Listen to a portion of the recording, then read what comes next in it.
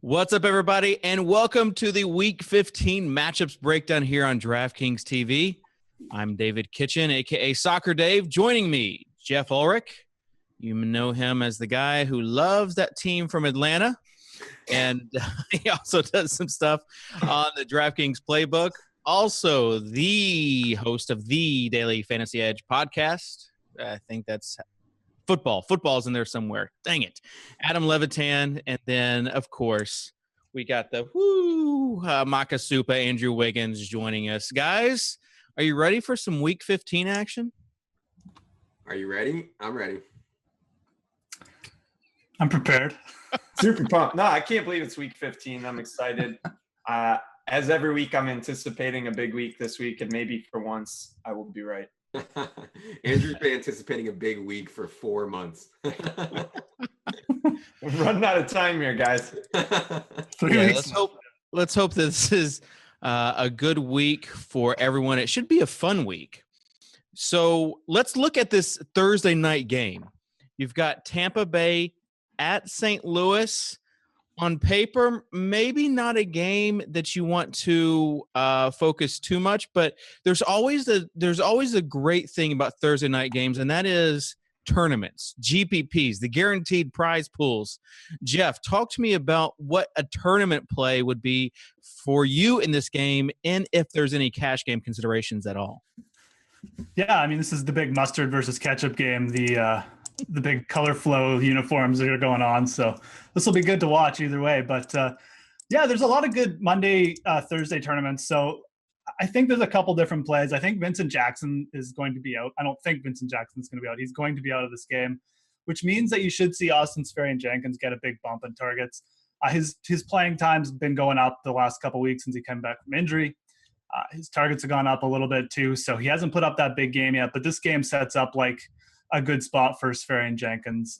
He's going to probably be more relied on more with no Vincent Jackson, so I expect him to play more snaps.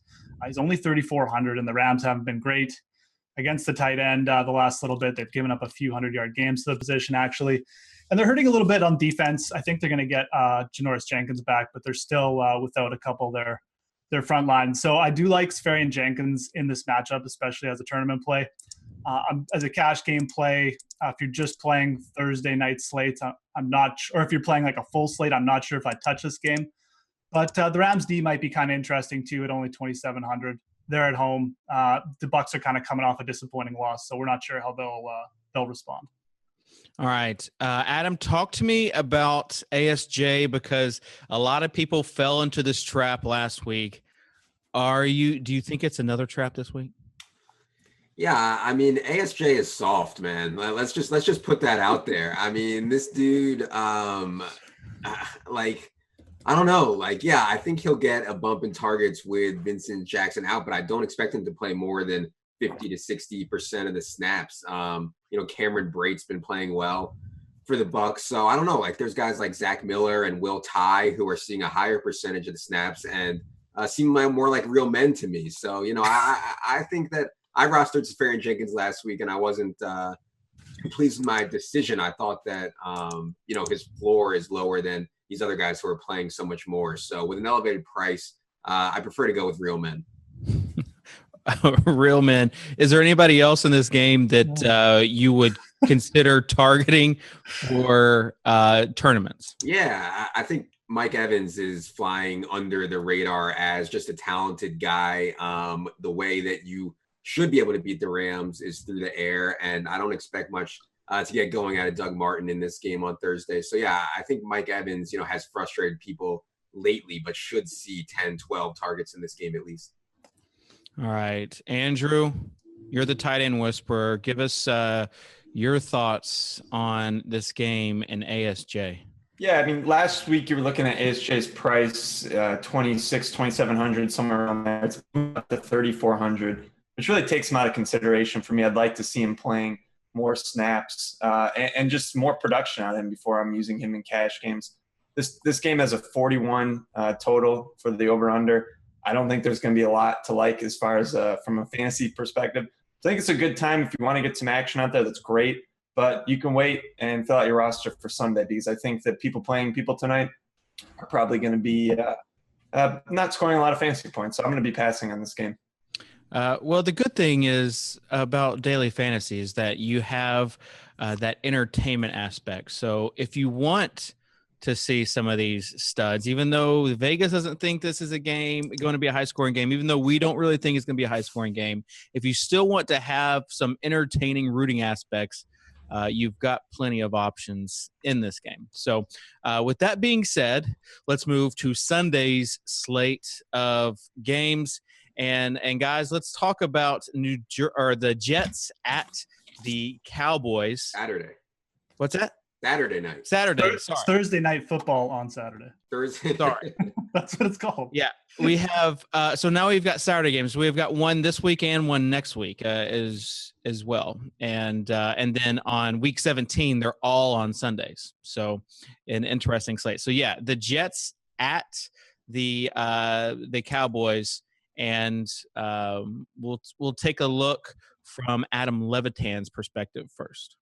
Yeah, I mean, people are going to want to use Jets in this game. It's just them going on the road to Dallas, who I think secondary and just their overall defense has just been so underrated all year, playing so slow and also really doing a good job all over the place on wide receivers, on slot receivers, on running backs, on everybody. So I think that Decker and Marshall are going to be very popular.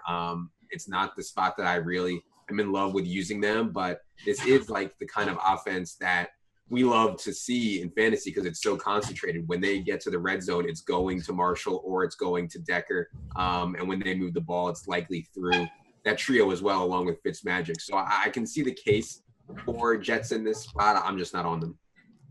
Yeah, I love Marshall. Andrew, what's your take on this game? Yeah, I don't know what Fitzpatrick has to do to get his price to come up. He's just locked in at 5,400, even though he's been incredible. Concern Adam has, I think that the game will probably be slow. You worry about how many snaps they're going to play, and that's going to limit the targets that we see for Marshall and Decker. So I think as far as cash games, I'm probably going to stay away from maybe Marshall just because he's been so productive and his price hasn't really come up either. But generally, I'll probably be staying away from this game. All right. We'll go to Geoff to see what he thinks. Come on, give me a hot take. Tell me that you really like this game, Geoff. I do like it from the Jets' perspective. I think they can put up some points. I definitely kind of like Chris Ivory in this matchup. I know he's been splitting a lot of snaps with Bilal Powell. He's been almost like a timeshare now. Powell is basically the passing back, but you saw what the Green Bay Packers did last week on the ground to the Cowboys. I think Chris Ivory can get going here, and I think at only 5,200, he makes for a pretty interesting GPP pick if you're going to be playing tournaments. So I'm kind of interested in him this week, and I don't think he's going to be very high owned at all because people are so scared of Powell. So don't be shocked if he rips off a big game. I definitely like that play. I am a little bit scared of the Cowboys' pace of play, so I don't think I'd use like a Jets stack in this game. But, I mean, Brandon Marshall's going to have Morris Claiborne on him, so I'd be shocked if Brandon Marshall didn't have a good game too. I think it's a good spot for both Marshall and Ivory. David, don't you have like a Bilal Powell like truther take somewhere in you? Aren't you like a Bilal Powell guy? No, well, I thought that he would have a good game last week just because of them. It just depends. Now he's almost like game script exempt as far as not having like it doesn't matter if they're winning or losing. I think he's a good guy for what his price is, especially if they're forced to pass. The issue is I don't think they're going to be forced to pass this week. But yeah, I did have a good take on Bilal Powell last week. I'll stop it there though. I'll stop at one for one and just Costanza, leave the room. Yeah, like Drummond with that 3-point from half court last night. Just leave it there and don't even attempt another one. So now let's take a look at the Sunday games, though. And guys, when we talk about like the Sunday games, I feel like, especially with the wide receivers, there are like just the normal good options that don't seem so good. So some of these high-powered offenses going against good defenses makes for definitely an interesting week. So let's start with this case. You've got Josh Norman for the Panthers against the Odell Beckham and the Giants. And there's been, there's been a lot of talk to this game. So I want to get your take first, Adam, on what you think of this game. I mean, Josh Norman is, to me, the no doubt defensive player of the year. Quarterbacks have a 43.1 rating when throwing at Josh Norman. Odell Beckham does go into the slot around, I believe, 15 to 20% of the time, I want to say. And Norman is unlikely to follow him there. But that said, it's not just Norman. It's this entire Panthers defense that makes it difficult. The safety play, the pass rush.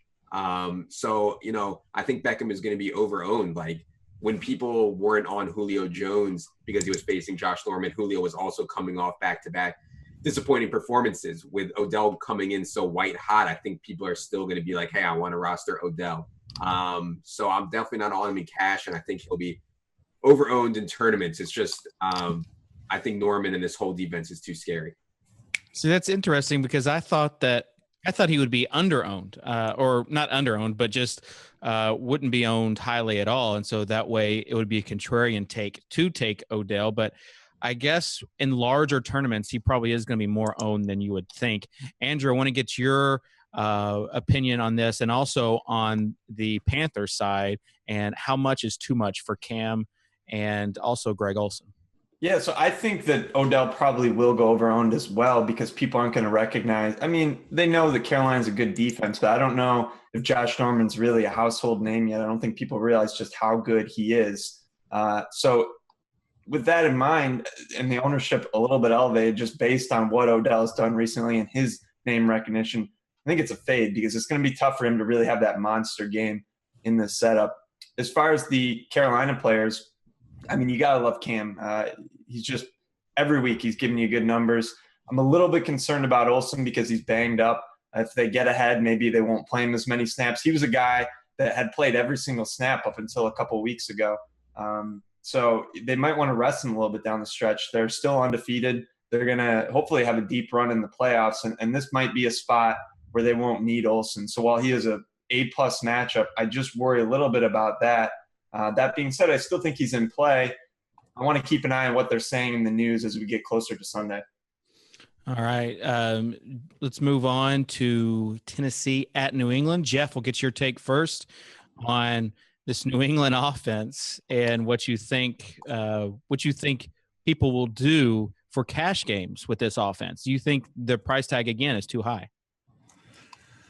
Yeah, I mean, I think this is a great spot for New England. First of all, I think it's a great spot to sort of maybe stack them in tournaments and hope that you get a big blowout, which I think is probably going to be on the radar. There is a little bit of news too. It's possible Julian Edelman might actually return in this game, which would really throw things for a loop too, because then you'd really have to downgrade Danny Amendola, who's 5,700. Rob Gronkowski, I don't know. I mean, he's probably going to get his anyways, but LaFell and Amendola would definitely lose some targets. So you're going to have to watch that. I definitely do like the spot for the Patriots. I mean, I think that Tennessee is just, as a team, they've been falling apart on defense. Their secondary has been giving up a ton of touchdowns. So as far as Tom Brady goes, he's going to be probably one of my top two quarterbacks this week. I'm not sure if I want to pay up for him, like for use in a cash games, but I definitely do think he's probably one of the safest plays on the slate this week. The Patriots have a bit of trouble, or injury trouble, I should say, at running back. No LeGarrette Blount. I think you're just going to see Tom throw the ball a little bit more. Maybe he even gets like a 1-yard sneak or something in this game. So I think as far as a safe play goes, paying up for Tom Brady definitely isn't a bad play this week. And I think Rob Gronkowski is probably a good pick. I don't generally like paying up for tight ends in cash games, but Brady Gronk stack in a tournament could be a powerful thing this week. Adam, what about you in this game? And also, I want to hear your take on the Titans with Mariota and Delaney Walker being potential options. Delaney is now an option for cash games even. I rostered him on DraftKings last week, and to be honest, he had a terrible game until that last drive where he had 4 or 5 catches. Yeah, I mean, they line up Delaney as a wide receiver as much as any tight end in the entire league. He has 290 snaps as a wide receiver. This year does Delaney. My concern here is that this is just such an awful matchup for the Titans. I mean, New England is dominant defensively, really coming into their own in the secondary, and with their linebackers are are so fast. I'm concerned that this could just be a total whitewash for the Patriots, which leads me to Brandon Bolden. And, I don't love Brandon Bolden. He is a special teamer, and that's why the Patriots love him, and he's been on the team for so long. He's like one of the best special teamers in the league, but he's also versatile enough to play the big back role. And with Blunt out and with really no other big back on the active roster right now, we'll see if they call up anybody from the practice squad. But with no other big back on the roster right now, like if they're winning this game by 20 points in the third, fourth quarter, we could see Bolden push for 20 carries at 3,200. So, obviously people are going to be scared to roster a Patriots running back. I don't know. Do you guys have any hot Bolden takes? I was thinking the exact same thing. I mean, I think at 3,200, he could get 20 carries just in the second half alone or something ridiculous like that. Who knows, though? I mean, it is Bill Belichick. You could see, like, Scott Chandler take carries, so. It will be interesting. The Patriots, I don't know if you guys saw, they signed Leonard Hankerson off the wire. And he's on IR, though. What's that? Right. They signed him off IR. Yes. Yeah. After 2 weeks. So we'll see what they plan on doing with that wide receiver core. But yeah, there's the thing with the Patriots is you never know who's going to go off. So even a guy like Sean Martin at $3K, like there's, especially with those $3 GPPs, there's no stupid play for the Patriots. So the only stupid play are the guys that are not playing, like LeGarrette Blount, who's out for the season. All right, let's take a look at the next game. Buffalo at Washington. And we'll start with you, Andrew, on your take, especially for this Buffalo side. Yeah, so, I mean, LaShawn McCoy's been a guy that's been heavily drafted over the past few weeks, and for good reason. He's been getting the touches. The production hasn't quite been there. He hasn't found the end zone. Will this be the week? I don't know. But I do think Carlos Williams is expected to miss again, is my understanding. So the touches are going to be there again for McCoy. The matchup is okay. He is – but the price not really moved a lot. It's sitting at 6.3. He's a guy I'm going to be giving a long, hard look at this week and hope that maybe he does find the end zone. Sammy Watkins is another guy who, to me, he's kind of just a tournament play because he's shown that he has that upside in any given week, but there's been plenty of weeks where he hasn't really shown up. So I think I'll consider him in tournaments, but not so much in cash. And Tyrod, I mean, 5.6K. He's been pretty solid overall. You haven't seen the monster games, but I do think you could consider playing him. I probably won't. I mean, you can go up a little bit more, like $500 to get to Bortles or Stafford, who seem like preferable plays to me. But I don't think Tyrod's a bad play. So that's kind of where I'm at with the Buffalo offense. All right, Geoff, what about you? Tyrod, Sammy Watkins stack in tournaments? Yeah, I kind of like this game to get maybe a little bit ugly. I think the Washington defense is – well, their secondary especially, they've been giving up a ton to the wide receiver position. So I'm definitely on Watkins this weekend. I think this is a great matchup for him. I know he doesn't get a ton of targets, but he's got his yards per reception is 18.4. It's like fourth in the league or something like that. So he's getting the depth on his targets, and he's getting the these big chunks at one time. So he really only needs 4 or 5 completions to pay off. As far as the Redskins go too, I mean, I think you could even – I mean, I think you have to think about Jordan Reed again. I know his price went up, but I don't really think you're chasing points here. Washington's in there fighting for a playoff spot. I think and Deshaun Jackson's a little bit banged up. So I think it's only natural you're going to see Jordan Reed with maybe 9 or 10 targets again. I don't even mind Kirk Cousins in this game. I think that the Bills have a decent offense. I think they could jump out, and you might even see Kirk Cousins have to throw it 30 or 40 times. So I definitely like this game overall. I really like Watkins. I definitely would be on McCoy too, and I think he can target Reed. I think this is a game you could maybe stack for tournaments and have a few good plays for cash games too. You like that, huh? I do like that. All right, let's move on to this Baltimore-Kansas City game. And this game, I don't know. Like, I feel like there are some good plays in this game, but maybe not like the sexiest of plays. I'll go to arguably one of the sexiest guys on this show, Adam Levitan. As far as your take, like you've got Buck Allen at 4,500, you've got West at 4,800, you've got Macklin, Smith, Kelsey. Like you've got options here. I think Charkandrick West is very sexy. You don't think Charkandrick West is sexy? Like, you just don't know with this Kansas City offense. Like, I think West and Allen, because of how many targets that Allen is getting per game on DraftKings at 4,500, I think they both are decent plays. Yeah. Well, I mean, if Spencer Ware is ruled out, which we don't know yet, but if he is, like, I'm 100% playing Charkandrick West. Like, he'll be 4,800 and a good bet for 25 touches in this game. The issue with Baltimore, like, their quarterback situation is, like, worse than Wiggins' internet connection. Like, it's really, really, really bad. And that concerns me with Buck Allen, like, against this Kansas City defense that is just white hot. How many scoring opportunities is Buck Allen going to get? And I believe he's priced up. What is Buck Allen at? I don't even have him. Oh, here, 4,500. Yeah. Yeah, so he's not priced up, but I think that we can prefer Denard Robinson. I think I prefer Brandon Bolden. I think I prefer Charkandrick. I think I prefer David Johnson going up there than playing Buck Allen. Okay, Buck Allen's getting touches though. Buck Allen's my boy. Andrew, you want to kind of counter with how sexy your internet connection is? Nobody's going to be able to hear him because his internet's going to go out. I even have it plugged in too. I don't know what the deal is. I don't know. I'm furious. But as far as plays in this, I mean, I love West. If Ware's out, and I'm hoping he's out, I'm all in on West. I think he's definitely a preferable play to Allen at just $300 more. I mean, the team total, the Kansas City team has been generating points. They've been very efficient, and their team total is 24, and you're looking at the team total for Baltimore, and it's under 17. So that's a huge difference. And that right there just tips the scales to West. And we know that Andy Reid likes feeding his backs, and it's been a little bit different with Ware in the mix.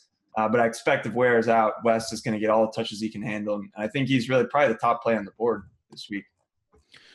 And you take a look at the Chiefs defense. You talked about how terrible they were, Adam. Chiefs defense, 3,700, but I mean, I feel like they've got a pretty high floor. The only thing is, I think I've been doing well with choosing really cheap defenses. So, but they definitely are, especially if you want to pair West with the Chiefs D. Yeah. I mean, Matt Schaub or Jimmy Clausen, either one has a pretty high probability of throwing a pick six. All right, Houston at Indy. Speaking of ugly games and team defenses, you've got Andrew Luck ruled out. So you'll see Hasselbeck. You'll also see for the Texans, TJ Yates. Geoff, what's your take on this game? Like, I feel like I'm not going to have very much exposure at all. Yeah. The other thing to consider, Matt Hasselbeck might not even play. I think he's kind of banged up. I think they're saying he's probably going to play, but he's not 100% either. So you're getting like a less than 100% Matt Hasselbeck, which isn't great. T.Y. Hilton's been actually producing a little bit. He's been having snuck in a few big games here and there with Hasselbeck. He has put up some big games against the Texans before. I just don't think that I could stomach chancing him at whatever his price, 5,900. For tournaments, yeah, maybe you could, but I just don't think this is a great spot. I still think that the Texans defense is playing pretty good. So I'm not really on anyone from Indy, to be honest. I don't really like Frank Gore. He hasn't really been producing much. He hasn't been getting much PPR points. The one play I think that could go a little bit under the radar this week, though, is DeAndre Hopkins. He put up a big game the last time Yates started. The Indy secondary is probably one of the worst in the league at the moment. And the way they move Hopkins around the formation, he will see some of Vontae Davis, but he won't see him all the time. I do think that this could be a spot for Hopkins to rebound. He's expensive at 8,500, but with some of those other guys, those other top price wide receivers in bad matchups too, I don't hate him this week at all. So I'll see what other people think, but that was my take on this game. I have a hot take.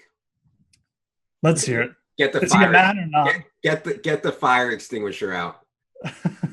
DeAndre Hopkins will outscore Odell Beckham and Antonio Brown this week. Yeah. Is that really a hot take? It's not? It's not a hot take. That's not hot? No. DeAndre Hopkins hasn't done anything in 3 weeks, and TJ Yates is his quarterback. I know, but TJ Yates in his only start had 12 targets to Hopkins. Okay. And you have the coach speak going in favor of Hopkins this week. I think Hopkins is a good play. I mean, I appreciate the take from you. I just don't think it's a hot take. Is it a warm take? Yeah, it's warm. All right. Of course it's warm. I'll The take thing that he's going to do better than Antonio Brown against the Seahawks or Odell Beckham against Josh Norman and the Panthers. I mean, come on. Okay. All right. I'll stick with warm then. Okay. All right, Luke.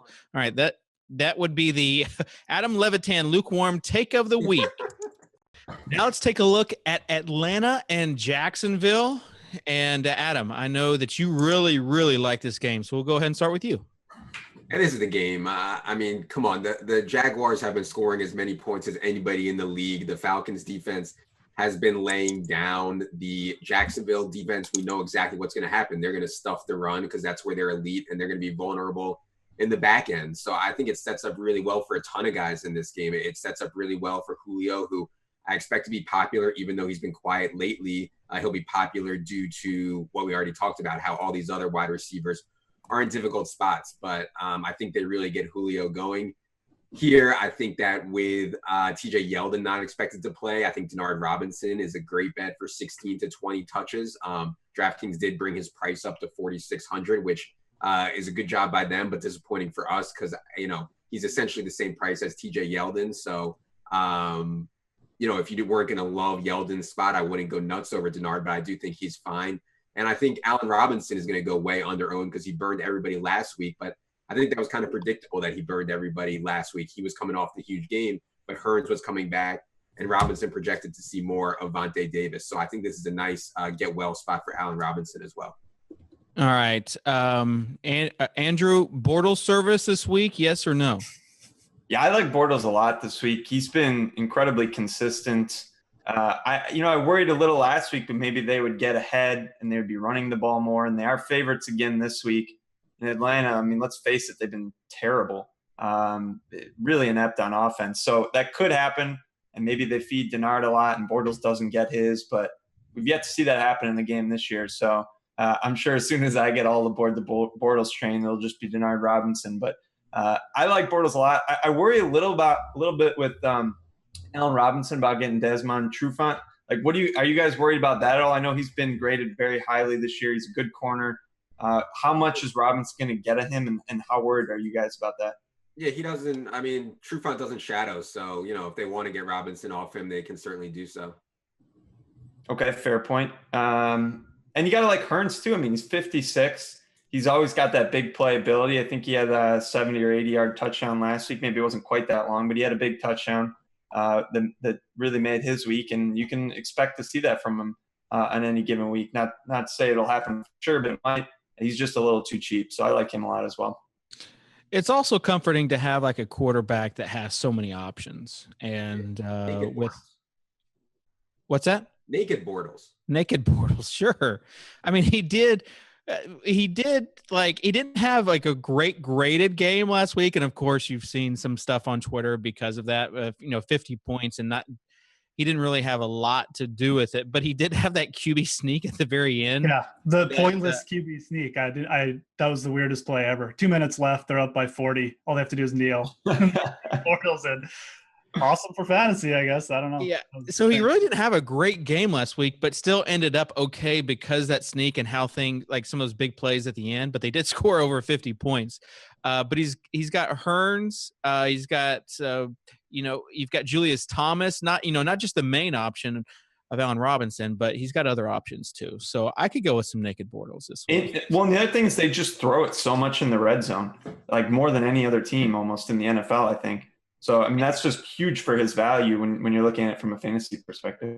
Yeah, and even with Denard Robinson, he could catch a pass and go to the house as well. So I do like this game. I think it sets up well for Julio ownership as well because we've talked about how ugly some of these high-priced wide receiver options are with their matchups, and maybe Julio goes a little bit under-owned because of how inept their offense has been this year.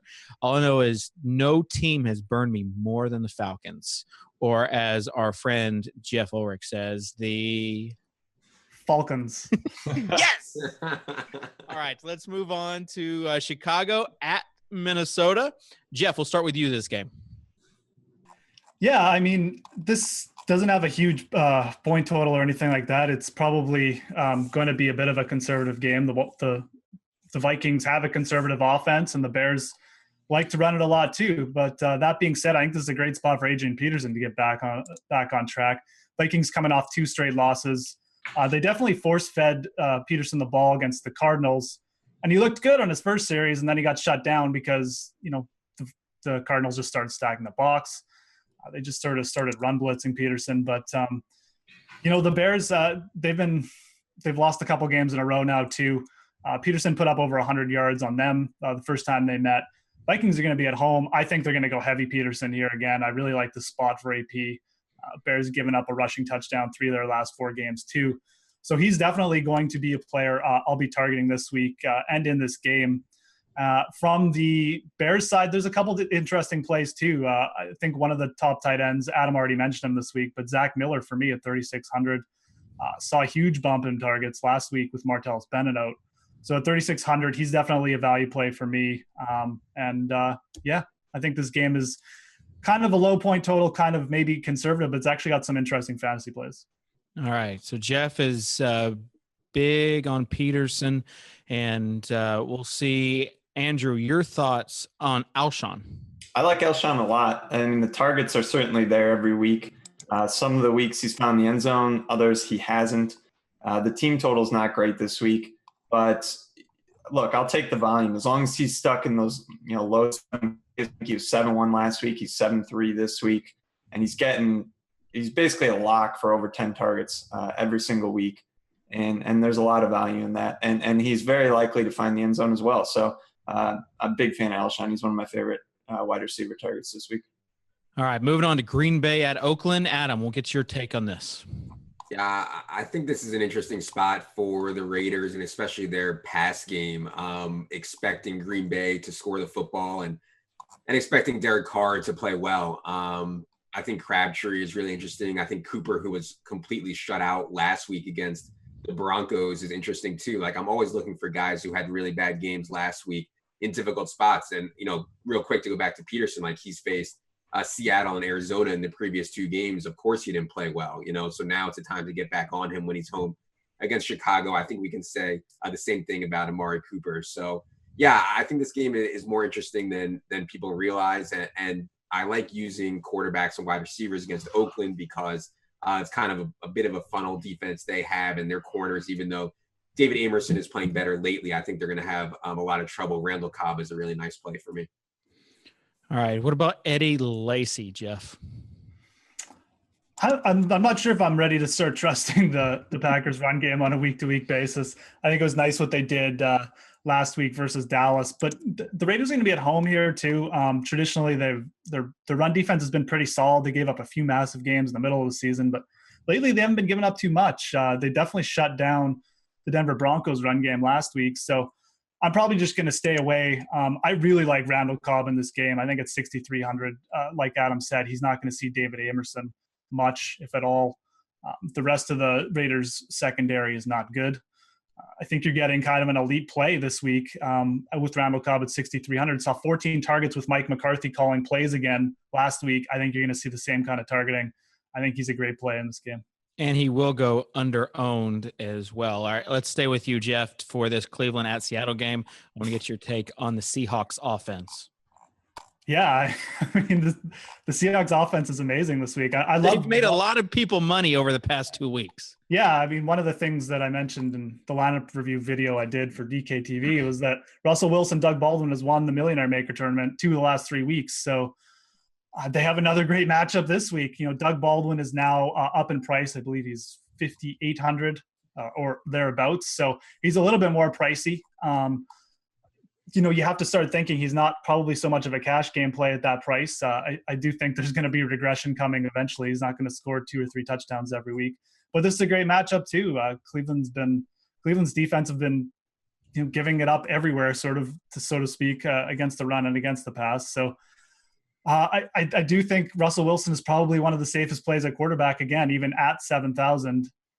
I just think you have to think about which players you want to pair with them. So I think Tyler Lockett is still the better value at only 4,200. I think you can use him and the Seahawks defense again this week. I think he's a really great value play. Unfortunately, we can't use any of the Seahawks running backs this week, so I won't even bother going there because of the late roster adds to the Seahawks lineup. But this is a great spot for Russell Wilson to keep it going, in my opinion. Yeah, DraftKings PSA, you cannot play a guy who has been added middle of the week, so don't do that. All right, Andrew, before we go on to the next game, I have to get your take on Barnkowski. Love him. No, I do actually think he's a good play this week. Seattle, if they've had a problem, it's been over the middle against tight ends. The volume should be there. I think he's more of a tournament play just because he's not super likely to find the end zone in this spot. But he's been really good. It's amazing what a season he's had. So I think you can look at him in tournaments. But, yeah, the team total is disturbingly low at 14.25. So I wouldn't if you get one touchdown, you're going to be pretty happy. I wouldn't be anticipating two. All right, Andrew, let's stay with you for this Cincinnati at San Fran game. And you've got, of course, some injury situations, and you've got on the San Francisco side just basically the option to use Sean Drone or not. Yeah, Sean Drone is an interesting decision. He finally had a really bad game last week, and we've seen week in and week out the yardage hasn't really been there, but he's been getting targeted heavily in the passing game. And I think last week he didn't have a ton of catches, and I'm not super surprised that happened. He's not some talented back. It's just a guy. It's like Adam always talks about. He's not a guy that's there on merit. He's just the last man standing. You get the volume that home is not a great matchup, and the team total is not high, but his price is okay. I think given some of the other options with Charkandrick West and our Robinson, even Buck Allen maybe, like they're all in that same price range. So I'd probably look to other people than Drone. But I do think he's an okay consideration. But to me, he's more of a cash game play than a tournament play because I don't think the upside's really there. All right, Adam, let's get your take from the Cincinnati side. Yeah, real quick. I've rostered Sean Drone 0 times this year, and I don't plan to start now.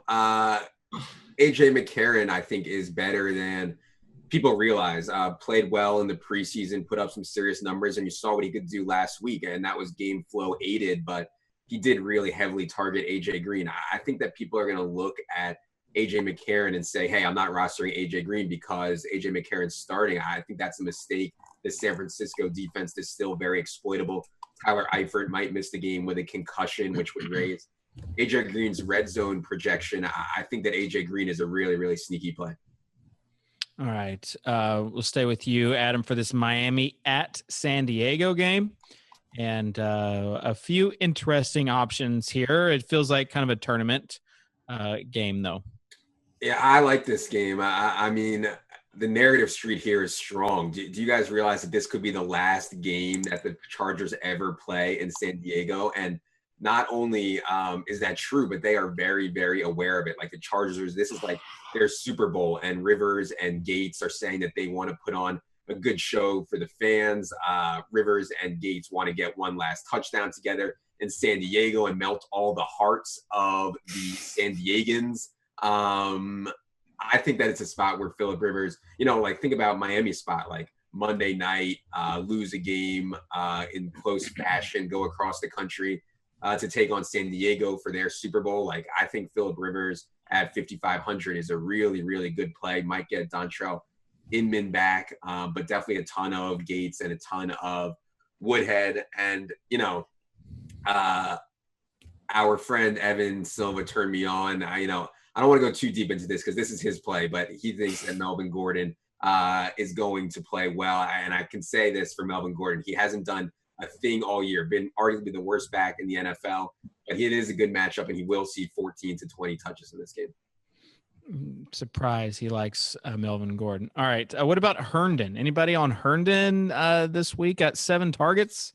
Inman's probably going to be back. Hey, I'd actually play him over Herndon. Yeah. I like Gates probably more than anybody as a playable guy in this game.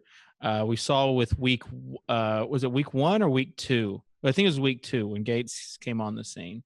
And Andrew called that as far as how well that went. So, but yeah, I think the Chargers, a little bit of narrative street there, but nothing wrong with that. Lamar Miller was a little bit weird in that game on Monday night that they didn't use him more in the second half after he just went bananas on those first couple of drives. Geoff, what happened there? Apparently he tweaked his ankle a little bit from what I read today. I'm not sure if that's why they took him out or if the Miami coaches are just stupid, but either way, he didn't play much in the second half last week for whatever reason.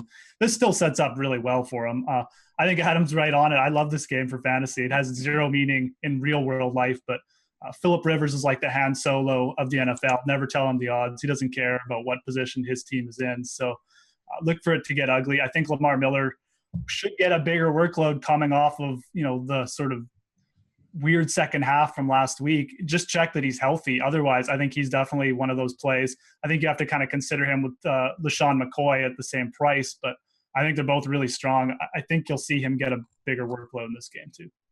Yeah, if it's true about the ankle, I mean, that does explain why he got a limited amount of touches in the second half.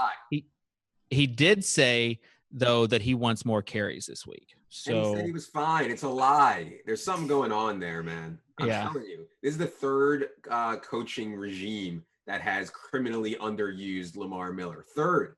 And the second that have said they want to start using him more. So it's always after he has success too, which is, it's like he scores it. Maybe they're trying to limit his contract. I don't know. Like it's weird though. You're right.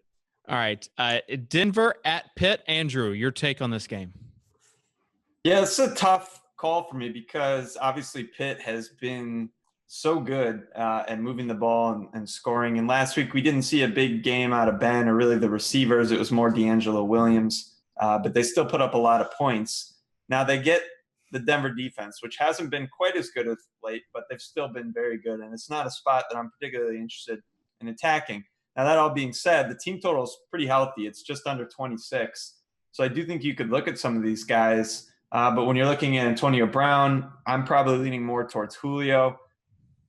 God help me with that one. He sure cost me a heck of a lot of money lately.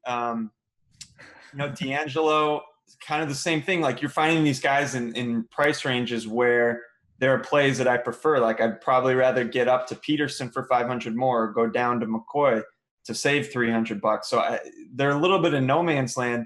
But you got to love what they've been doing, and they still seem like safe plays, even though it's a tough matchup. So I'm interested to hear what you guys think, because I don't feel super confident on my takes on these guys. No, I mean, I don't.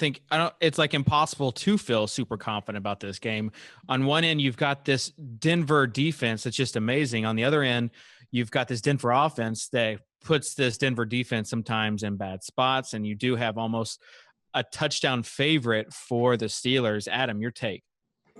I think Demaryius Thomas is interesting because I do think that Steelers will score. I'm not sure exactly how they will do it, but I think the Steelers will put pressure on Brock to be more than a game manager. And when you try to score points against Pittsburgh, you almost always do it through the air. I mean, their run defense has been top 5 all year, really underrated. So we saw Demaryius get a ton of targets last week, keeps dropping balls, but he's going to keep getting those kind of 10 catch from 90-yard lines and stuff like that. And he did have, the pick play in the end zone that he dropped last week. They love running that play for him. So I think Demaryius is underpriced. A lot of people are going to be on Calvin, which I understand. I think I might like Demaryius a little bit better. Ooh, now that's a hot take. That is a hot take. I like it. Geoff, you have to pick one way that you will roster this Steelers offense this week. What will it be? Steelers defense, 2,700. No, I'm serious. I do like the Steelers defense at 2,700. But if I was going to go one way with their offense, I think I would actually go Antonio Brown. Just because I think he's so good that he can overcome whoever they put on him. And like Andrew was talking about earlier, they're going to score somehow. And I think that your best player is your best option in a matchup like this. And I think it's Antonio Brown. So I won't be shocked if, I don't see 40-point upside here, but, I think 30 points is a possibility. All right, let's move on to the Sunday night game. Geoff, will stay with you. Arizona at Philly. This sets up as a high-scoring game, potentially. especially from the Arizona side. The problem is you've got these high price options and you're not really sure who's going to go off. So again, you're stuck with kind of trying to figure out who. Yeah, this should be an interesting game. The Eagles have been playing better on defense lately too, which just makes this probably going to be a closer game than people thought it was going to be. I definitely do like some of the value you get at wide receiver with the Arizona Cardinals. John Brown and Michael Floyd both scored on long catch and runs touchdowns last week. I like both these guys, and it's just a matter of picking, like you said, Dave, which one is going to go off and which one's going to score the touchdown. Michael Floyd, a little bit bigger receiver, has been getting sort of built up by his coach lately too. He's only 4,400. I might lean him just for that purpose. But and then you also have to talk about David Johnson, whose price is now up to 5,700. But I just love the way David Johnson fits in this offense. He's such a good receiver. He's almost matchup proof because he's such a good receiver and he can run the ball. He's a big, powerful guy. I'm definitely going to be paying up for him, even at 5,700 this week. Yeah, he and Wes will probably be my top two running backs. And the thing is, like, if they get inside the 5, they're giving him the ball. Like, and that offense, you've got the second highest game total next to the Monday night game. So these primetime games are going to be fun. And Andrew, as you know, I like the primetime games. Oh, yeah. You do too, though. So give me your take on this game. I like Michael Floyd a lot at 4.4K. I mean, he's just way too cheap for a guy that has been very good. And he's been getting the most targets in the red zone of all their wide receivers over the past 4 games where he's been playing. So I just think he's really underpriced. You know, Larry Fitz has been a guy that's been steady, but has more or less been burning people for quite some time now. He hasn't found the end zone in a while, hasn't really hit that 100-yard bonus. I think he might have once in the last couple games, but you just haven't seen those big games out that you saw earlier in the year, and that's because Michael Floyd's emerged, and you've had J.J. Nelson, and there's just a lot of options there. So it's tough to know exactly where it's going to go, but when you're paying 4.4K, like, there's not a lot of risk there, and there's a heck of a lot of upside. So love him. Of course, David Johnson is pretty much a near lock for me. And as far as on the Philly side of the ball, like, I just don't want any part of it. I really don't. And hey, I don't blame you. Andrew. Adam, you have to pick one player other than David Johnson. You have to pick one wide receiver for this Cardinals offense. Who's it going to be? I mean, it's so hard to say between John Brown and Mike Floyd. Obviously, I think Mike Floyd is a pretty elite talent. Like, he was a top 15 pick in the draft for a reason, but John Brown runs the more explosive routes down the field. I'm going naked Carson. I mean, I couldn't fathom a better spot for Carson Palmer. This Eagles team allows opponents to run the most plays in the league, 70 plays a game, which is just absurd. He has all 3 of his weapons healthy. He has a former wide receiver playing running back. Naked Carson to me is a better play than naked Russ and a better play than naked Bortles. Yeah, and his wide receivers run the better routes, as you say. So Roots and Falcons will never get old for this guy. Don't compare Roots to Falcons, okay? Falcons is dead wrong. Roots is like Falcons is based in the Queen's English. Okay, all right. I'm just trying to class this show up a little bit, okay, guys? Let's move on to the Detroit and New Orleans game. And Andrew, we'll start with you. Yeah, so Calvin Johnson, he's a tough one. His price is cheap, 6.9K. I think he's going to be very heavily owned. But when you look at his body of work this year, it's not very inspiring. Of course, he had the big game against Philly. He scored 3 touchdowns. All 3 of those touchdowns were short touchdowns in the red zone, though, and a lot of them were they had gotten favorable field position. He hasn't really had the big playability. You look at one of his other big games this year was against the Bears, and he caught a 57-yard catch in overtime. So if you take that out, you're looking at less than 100 yards. And, he had 5 catches for 80 and a touchdown, which is a fine game. But we haven't seen those huge Calvin Johnson games. The targets have been there. Last week, in fact, he actually only had 5 targets. He almost went catchless. Now, granted, it was a tough spot at St. Louis, but I don't know. There are a lot of red flags there, and now he gets New Orleans, which is a great spot. They are on the road. Stafford's always been better at home. So, like, I worry a little bit about them just not showing up here.